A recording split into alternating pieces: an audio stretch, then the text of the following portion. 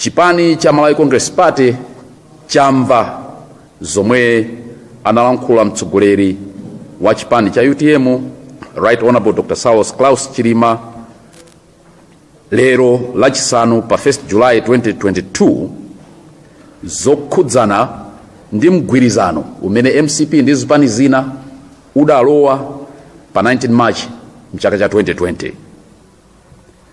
Popeza zimene amalankhula mtsogoleri wa UTM zikukhudza mtima ndi chikatikati cha zinthu zimene ziumanga mgwirizano komanso kupitirira kwa mgwirizano, chipani cha Malawi Congress Party chapanga chiganizo chakuti chitsata ndondomeko zimene zidayikidwa mu mgwirizano, kuti ngati pali madandaulo ena aliwonse amenewo akakambidwe ku msonkhano wa akuluakulu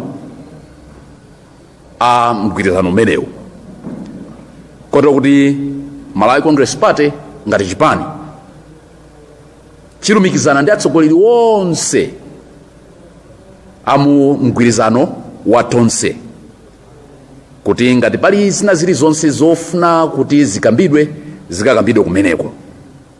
Ndipo ife tili nchikhulupiriro kuti mu mzimu wofuna kumanga chimodzi tikamvana kumeneko, ndipo zimene tikagwirizane kumeneko ndi zimene zidzauze mtundu wa Malawi.